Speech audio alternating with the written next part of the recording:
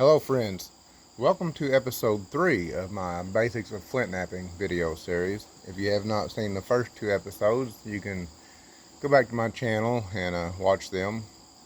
All the videos in this series is going to have the same cover photo, just a collection of points that I've made, so it'll be easy to find the different videos in the series.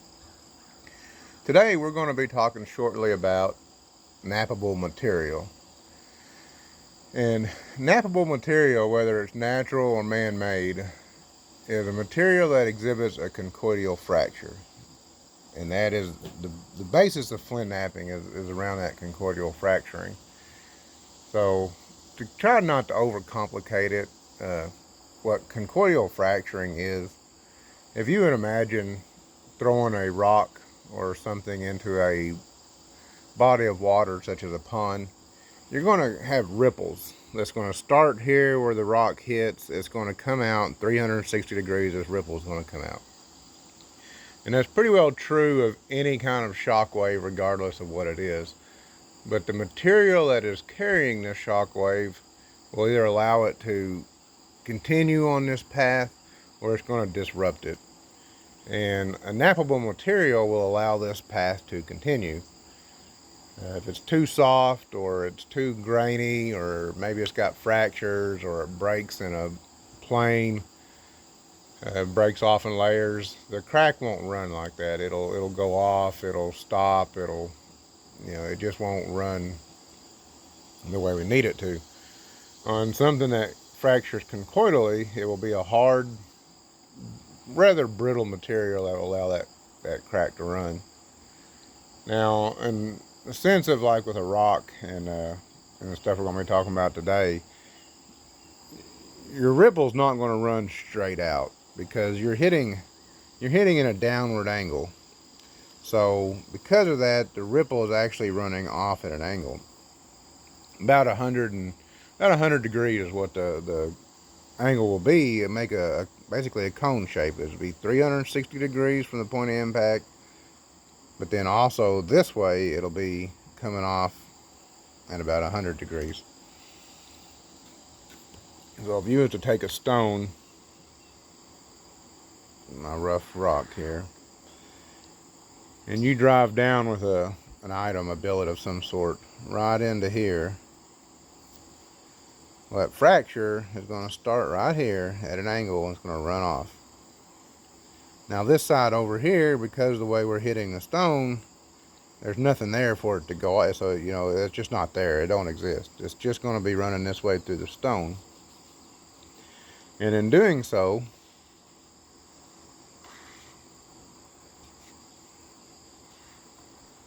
this is basically what you're going to be left with. You're going to have a sharp point right here, a sharp edge here, and you have a sharp edge here. And that is your cutting surface. That's how the flint knapping works.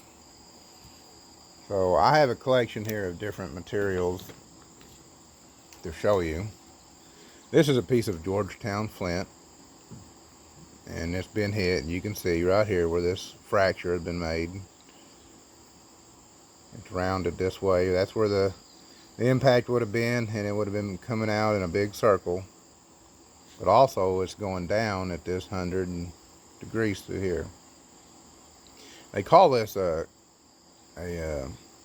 Hertzian cone, basically. It's conchoidally fracturing the actual cone. But we're not trying to break the cone out. We're just breaking off a piece of the cone, but that leaves these sharp edges. So this is a piece of Georgetown, really good material. This here is a piece of obsidian, which is a volcanic glass. And you can see where it has fractured along those little dish there, little cone there, dished out. This is Pedernales chert, another good material. Not exactly sure what this is. It's a tabular chert from Texas. Not the best material. It's got a lot of little cracks and stuff in it, but it's still knappable. Another piece of obsidian. This is a mahogany obsidian.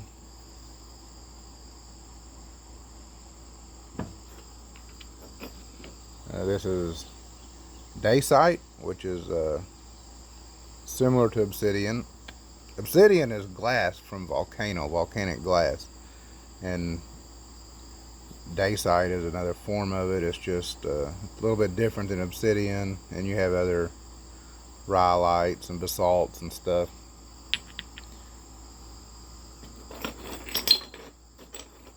Here's a piece of chert that I picked up this morning off the gravel road, just to show you on this video. Just a nodule here, gravel.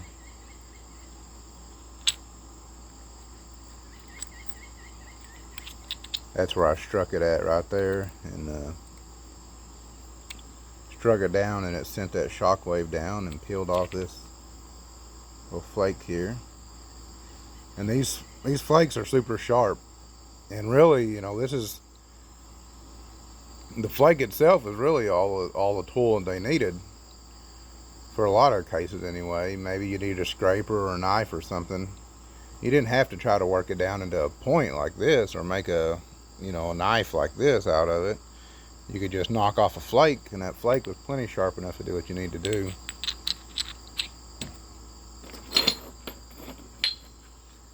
I've also got a few pieces here of some man-made stuff. This is some man-made stuff called Nap Easy. The guy that developed it has developed it for Flintknapping. It's an interesting material. That's what this piece here is actually made out of, is a piece of that.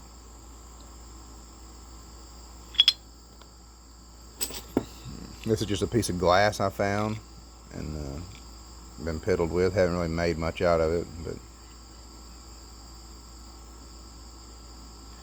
glass is a very common thing to use for people learning. It's easy to get. A lot of people like napping glass anyway. It's just easier to work. Well, I'm not going to say it's easy to work. It's just, it chips easy, but it's got its struggles too. Kind of brittle. Super sharp. You can get all different kinds of colors of glass. You can find it anywhere. Old bottles, the old TVs had the glass TV screens in them. A lot of people nap the bottom off of bottles. Not sure exactly what this glass come from. It's got kind of a greenish blue tint to it. I have a piece. This piece here is actually a piece of a toilet tank, and even though it's not the best material in the world, it works. It's a little grainy. Piece of ceramic floor tile. So all this stuff will work. Some is obviously going to be better than others, but that is what you'll be looking for in a nappable material. And if you're not exactly sure where to find some, or you can't get it locally, don't be afraid to buy some. You know, even I almost recommend just buying a piece or two of it, just to kind of get an idea of what you're actually looking for, to help you look for the material. So much of this stuff that we found around here, some of it's good to use and some of it ain't. But you may not really understand what's the better material until you get a piece of good stuff to look at. Well,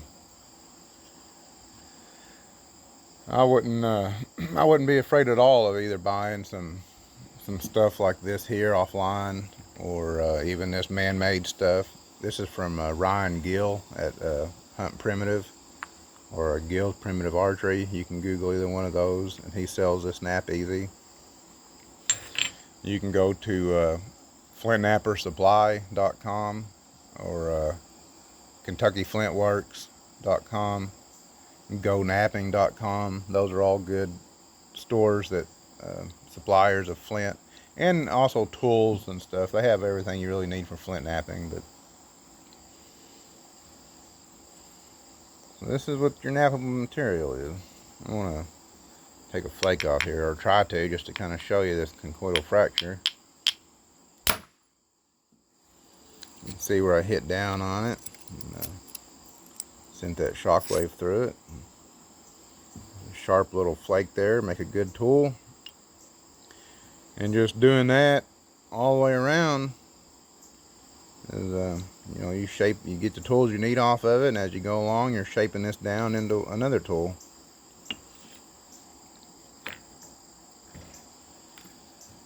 So that's basically it. I'm not going to drag this video out too long. I just want to keep it pretty simple. Or you could spend all day long talking about knappable material and conchoidal fractures and all that. But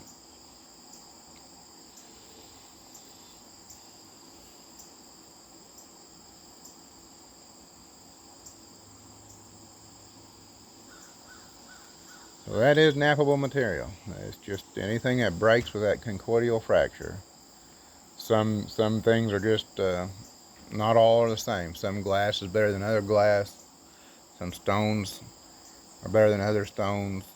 Uh, you could buy some of this from the same supplier, and every piece is going to be slightly different.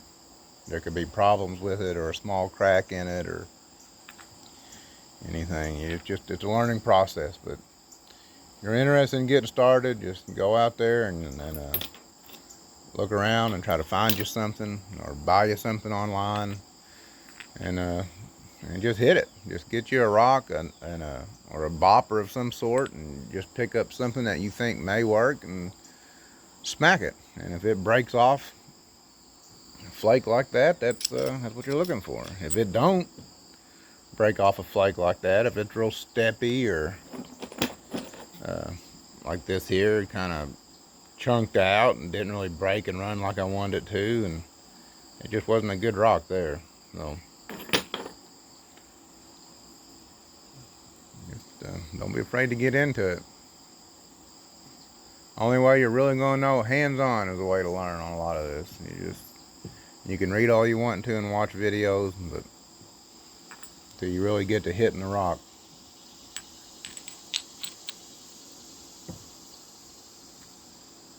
So if you have any questions or anything, don't be afraid to comment, and send me a message, and I'll try to get back with you. And follow along on my channel. I'm going to have some more videos put out.